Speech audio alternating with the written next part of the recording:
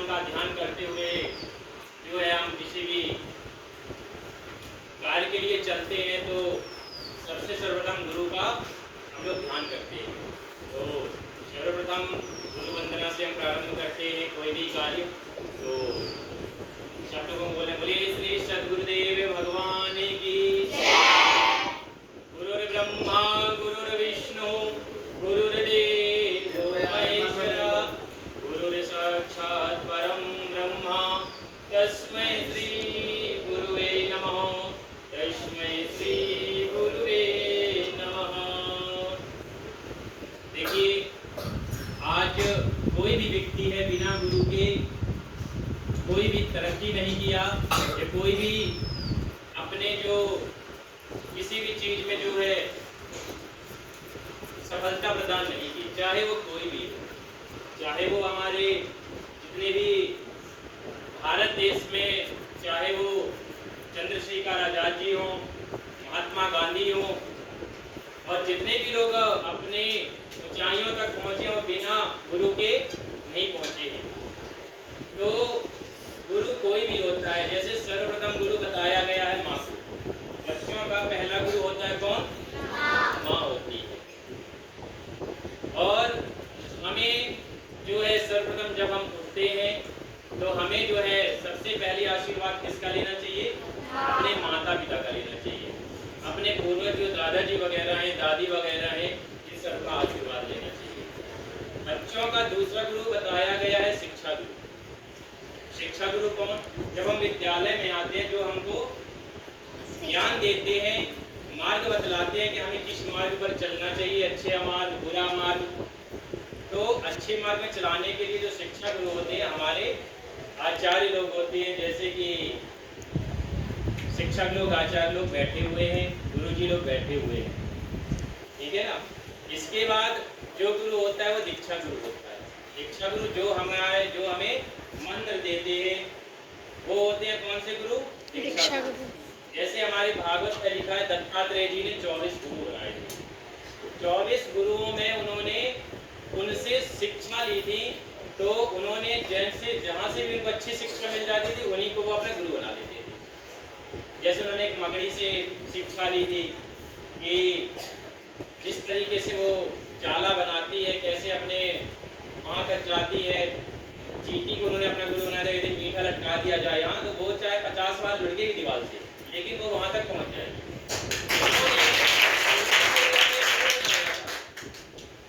छोटी सी बालिका को उन्होंने गुरु बनाया था और इस तरीके से उन्होंने जो है 24 गुरु बनाए थे।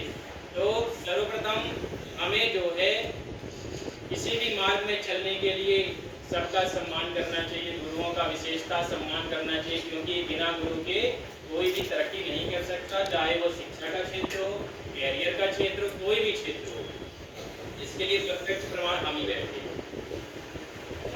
मेरी भी शुरुआत यहीं से हुई थी। श्री गणेश मेरा भी इसी स्कूल से हुआ था, इसी विद्यालय से हुआ था। उस समय यहाँ इसके बाद चौथी के बाद यहाँ से इसके बाद मेरी शुरू से ही रुचि थी कि मैं संस्कृत लाइन पर जाऊं, लेकिन बचपन में माता पिता भेजे नहीं बाहर, जाने की छोटा है, कैसे जाएगा, कैसे क्या करेगा।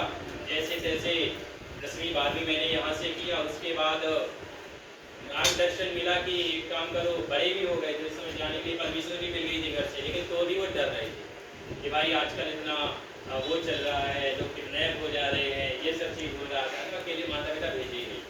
लेकिन जब मैं जबलपुर में महर्षि विद्यापीठ मंगेली आश्रम पड़ता है ग्वारी घाट के, उस तरफ मेरी शुरुआत फिर वहाँ हुई। मैं 5वीं के बाद भी गया था, लेकिन 1 महीने रुका फिर आ गया था। 7वीं के बाद गया था, 1 महीने बाद फिर आ गया था। लेकिन 12वीं के बाद जैसे मैंने निकला, मैं अपना एक लक्ष्य बना लिया था, मुझे इस लाइन पर आना है। यहाँ तक कि माता पिता कह रहे थे भाई कि चलो ये कर लो, वो कर लो, सरकारी नौकरी की तैयारी करो, लेकिन मैंने कुछ भी नहीं माना। क्यों? क्योंकि मैंने अपने मन में एक संकल्प ले लिया था कि मुझे ये चीज़ करना है। बिना संकल्प के कोई भी कार्य सफल नहीं होता है। हमें संकल्प क्या है, बचपन से ही ले लेना चाहिए कि हमको करना क्या है। अपना जो मार्ग है हमको बचपन से ही चुन लेना चाहिए। जैसे कई लोगों की इच्छा होती है कि हमको भैया आर्मी में जाना है, तो वो अपनी तैयारी शुरू से आर्मी की लाइफ करना चालू कर देता है। मुझे था कि भाई मुझे मतलब कि धर्म के प्रचार प्रसार के लिए, लोक कल्याण के लिए मुझे इस सेवा में कदम रखना चाहिए, इससे मैं जो है लोक कल्याण कर सकता हूँ। गया, वहाँ से संस्कृत का मैंने अध्ययन किया। उसके बाद फिर बनारस गया। बनारस में मैंने 1.5 साल का समय दिया।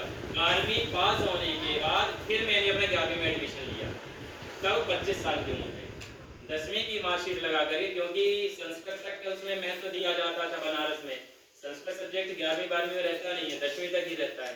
10वीं की मार्कशीट लगा फिर मैंने जो है मध्यमा प्रथम वर्ष द्वितीय वर्ष मैंने बनारस से पास किया।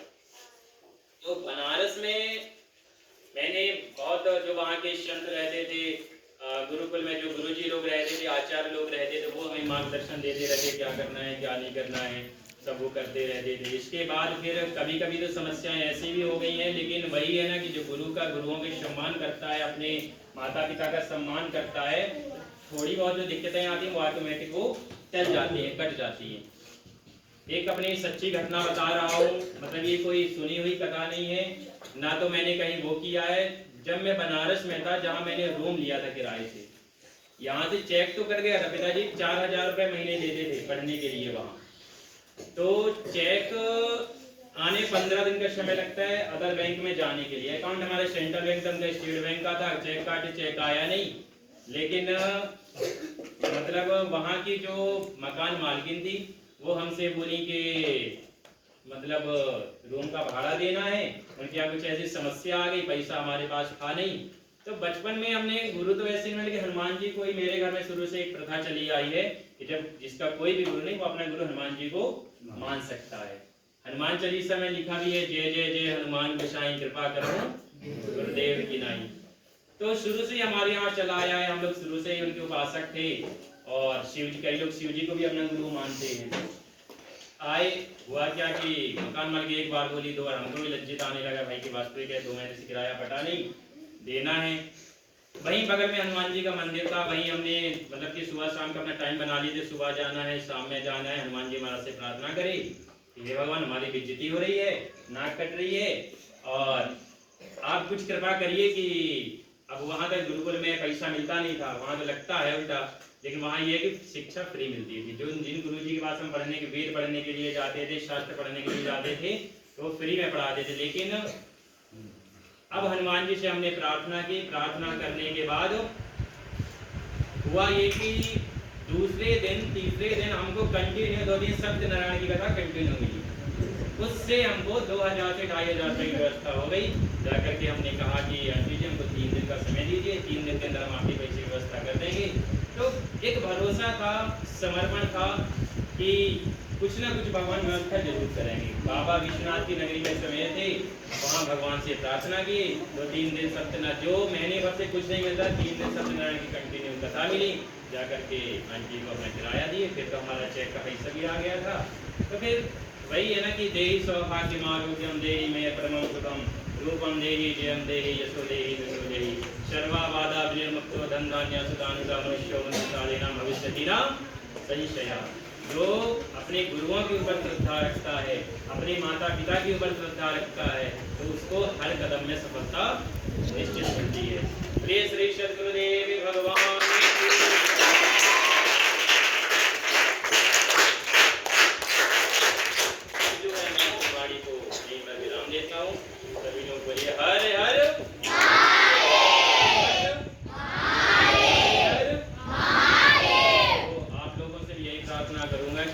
सुबह उठ करके कन्याओं को छोड़ करके जो बच्चे लोग हैं वो जो है अपने माता पिता को प्रणाम करें।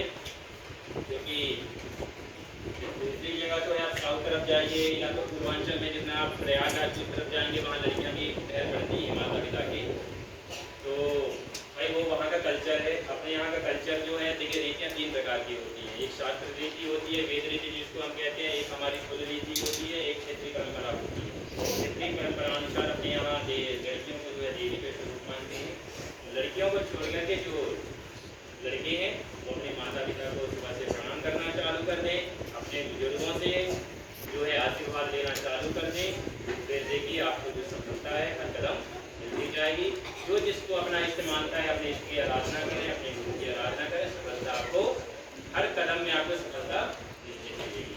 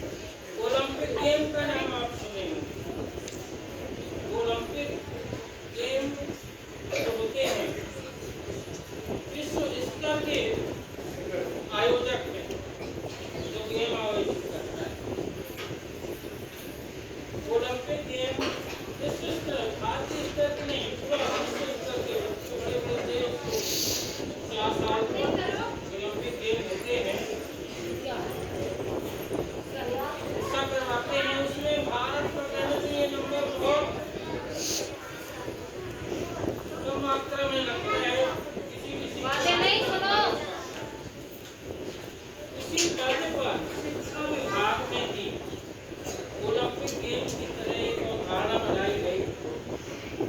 तो ओलंपिक में जानते होंगे कि जो मान लो खिलाड़ी नंबर लगा लाता है, गर्व से गर्व पाता है, स्वर्ण पदक, रजत पदक, प्रकाश पदक विजेता होता है। इसी तरह इसी अवधारणा पर शिक्षा विभाग में चैंपियनों का या चैंपियनों की खोज करने के लिए ये अपने राष्ट्रीय स्तर पर बच्चों को किस तरह खोजा जाए, उस आत्ममुक्ति के बच्चों को, तो उस स्तर से इस कार्यक्रम का आयोजन किया। तो जैसे अभी देखते हैं कि ये जो इसका नाम ही है ओलंपियाड चैंपियन वाला, तो हर बच्चों के अलग अलग स्तर में, जैसे प्राथमिक में 2 स्तर है, दूसरी तीसरी चौथी पांचवी का एक स्तर है और एक स्तर जैसे अलग अलग विषयों पर इसकी टेस्ट होगा, परीक्षाएं वाली। तो पहला स्तर जो होगा, जैसे आपने शिक्षा स्तर का लिया था, है ना, देखिए वहां से ही पहले हर विद्यालय से कितने छात्र आपको नॉमिनेट करना है, किन बच्चों को आपको आगे भेजना है या किन, तो जाहिर है कि हर विद्यालय से जो अच्छे स्तर का बच्चा होगा उसी का नंबर लगाएंगे। तो इस तरह दो बच्चे या मेडल की संख्या के आधार पर बच्चों का चयन किया गया और जीएस के स्तर पर शिक्षा के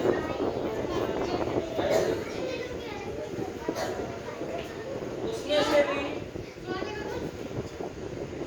बच्चों का सिलेक्शन हुआ, उसे कितने बच्चे, तो ये जो प्रमाण पत्र वितरित किए गए कि जब शिक्षा केंद्र स्तर पर जिनका सिलेक्शन हुआ था, जिनका नंबर लगा था, जिला स्तर के, है ना, तो अपने यहाँ से काफी बच्चे थे जिनको अभी प्रमाण पत्र दिया गया और इसके बाद